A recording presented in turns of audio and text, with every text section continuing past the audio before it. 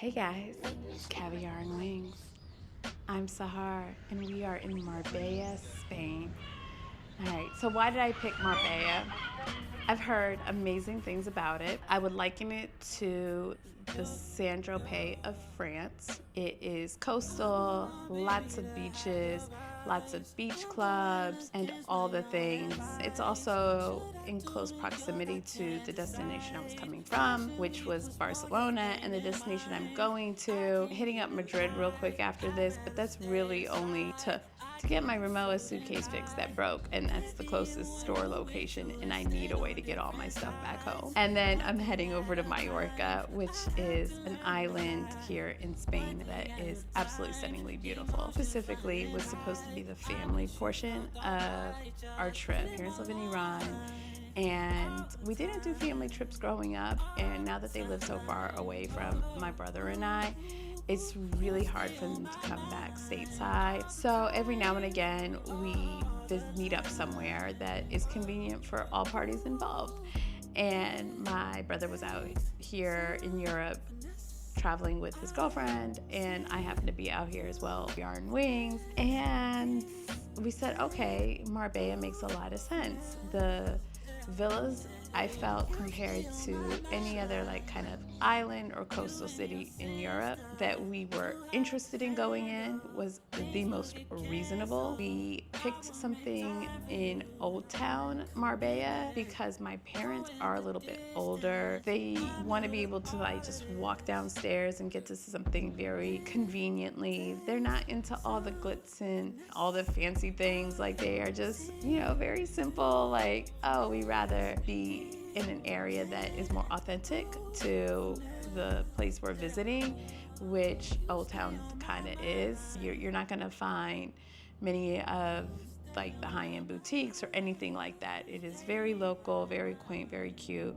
Some good restaurants, some amazing coffee shops, and a little bit of everything. If they hadn't been a part of the itinerary, we would have stayed somewhere else. Fortunately, with them living in Iran and all the things that were happening in Iran during this time of this recording, the airports had shut down for them and they never even made it on the trip. So I cried, I was devastated.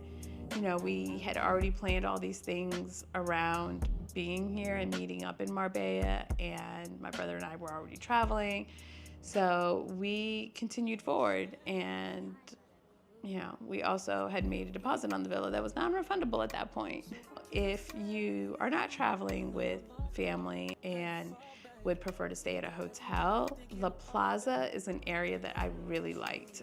So it's this whole development where they built out some of the most epic restaurants you find in every part of the world. There's a Nobu and a Gaia and a Koya and a Lena, all these epic restaurants, and they're all in this complex, and it's beautifully landscaped, and there's this little club that's open air lounge situation in the center of it all. It's really, really, really cute. We spent so much time there. There's a Nobu hotel there as well. It is a lot of fun. A great suggestion for anyone who's coming out, girls trip, guys trip, with your bae, you want to turn up, you want to be super convenient. There's a couple high-end boutiques in that complex as well, a Valentino, Chanel. There might be one or two more. There's a Loewe. But if you want to do some real shopping, there's a Marina that you can go to. The Marina is 20 minutes from Old Town Marbella, and it has absolutely all the stores. And it is a beautiful marina where you can do some shopping. The shops stay open really late. Each shop has its own individual hours, but for the most part, they all stay open till 10, 11 p.m. at night, so you can get your shopping on until real late. We popped into stores and then went and sat down and had a drink and people watched, and then went and popped into some more stores and went somewhere and sat down and had some shisha. It's just a whole experience, and it's a lot of fun. We spent literally all day there, and it's not just because of my bad shopping habit. Outside of that, I will say there is a lot of shisha and there's a lot of smokers out here, and so just get used to it if that kind of bothers you, I don't think there's ever an area or space or place that we went to where there wasn't shisha or a smoker or whatever within, arm's length. So bear that in mind, but you kind of get used to it. It doesn't bother me, especially since I love smoking shisha. But it is definitely a turn up here.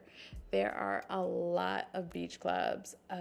The beach clubs are a lot of fun, and there's a whole range of them. There's ones that really, really, really turn up, and then there's ones that are a little bit more chilled, so you just gotta pick and choose based on what vibe you're going for. We will share some with you that we went to. I will say the beach clubs do not come cheap. If you are going on a weekend, the starting price, you're looking at about €1,000 for a beach bed, and that would probably accommodate 4 people. Some of that goes towards like food and drink, but not all of it in a lot of instances. Then there is also the notion of just getting a table to dine at some of these beach clubs. There are ones where it's like, okay, you can come and just dine at a table, and it's about €100 minimum per person, which is really easy to hit out here. So there's that. So just bear that in mind. It does get a little bit less expensive on the weekends. Some of them you can walk into without a reservation and just kind of post up at the bar or something like that. But there's not many like that. A lot of these places, it's more so like, do you have a reservation? Where's your table? You must make it in advance. The likelihood of you getting a table by just walking up somewhere is slim, especially if you're here during peak season. It's a different case if you're probably here during a slower time of year, but peak season, it is definitely difficult to get a table without having a prior reservation. When you make that prior reservation, they do have strict cancellation policies and require a deposit. So bear all that in mind. I would say doing a couple beach clubs, depending on how long you're staying. 1 a day is all you need.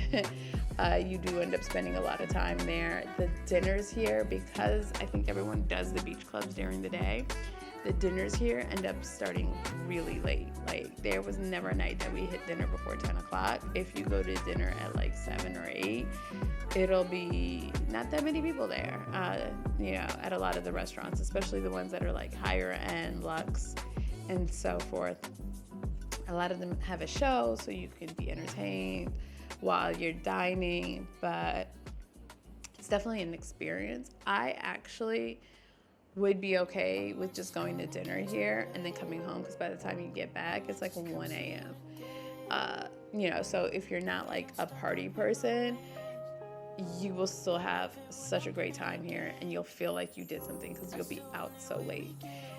Then there are the actual clubs. They are open every night of the week, literally, and run to like 6 in the morning. So the nightlife here is till super late. So, if you like to party, this is the spot. So it has been a ton of fun. I am so exhausted. I can barely talk. My voice is about to be gone. I had to put these glasses on just because, I'm at a loss for words for how tired I am, and I still have more to go. But I did want to jump on real quick. Hope that you like some of the things that we did, and let us know what you think. I might just come see you today. You wait, I'm stuck